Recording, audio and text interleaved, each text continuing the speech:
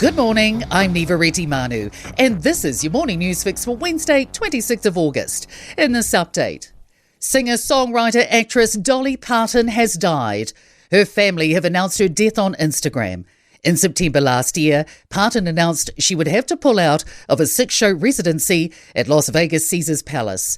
Later that month, she announced she wouldn't be attending the Motion Picture Academy's Governors Awards in November to accept a humanitarian award. Dolly Parton was 80 years old. Mayors are warning rates caps could force many councils to cut back on services. The government's confirmed it plans to cap rates between 2% and 4% a year from July 2029. And Wellington Mayor Andrew Little says that the rates cap will require a lot of juggling, while Auckland Mayor Wayne Brown claims ratepayers will end up worse off.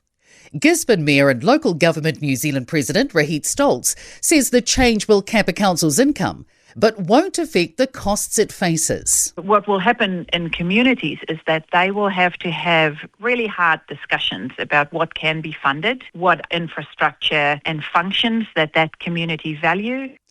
A mixed bag for Auckland in the annual State of the City report from the independent non-partisan Committee for Auckland. Our biggest city scored well on innovation, international business events, and the number of people coming here. It does less well on productivity, keeping talent and tech startups on shore, and transport emissions. Committee Director Mark Thomas says Auckland can't afford to rest on its laurels. The peer cities we measure, Vancouver, Copenhagen in Denmark, Brisbane just across the ditch, they're making more progress. The $4.9 billion Northwest Busway has been given provisional fast-track approval. The 18-kilometre rapid transit corridor from Brigham Creek to Auckland's city centre aims to help choke traffic on the congested Northwestern motorway. Hundreds of privately owned properties lie in the busway's path, with affected owners facing compulsory acquisition and displacement. The busway will create 7 new stations, with delivery staged over about 20 years and construction beginning next year. The Ministry of Social Development's reported more than 8,000 security incidents in 2025, but says the number of serious events is falling.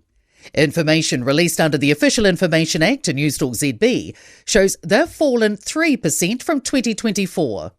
86% of last year's incidents were classified as minor, meaning either little or moderate impact on staff. In sport, South Africa's Siya Kolisi has recovered from a hamstring injury and is fit to face New Zealand as Springboks captain for the second test on Sunday morning in Cape Town. Cyclist Tadej Pogacar's bid to win a maiden Tour of Spain and complete a triple crown of Grand Tours has strengthened overnight with a win on stage 4. The Warriors have opted for youth on the right wing in place of the injured Dallin Watene-Zelezniak for Sunday's NRL League match with the Knights in Auckland.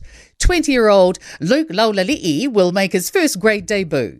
I'm Nivareti Manu, and that's your latest news fix. We'll be back with the next update at midday from the Newstalk ZB newsroom.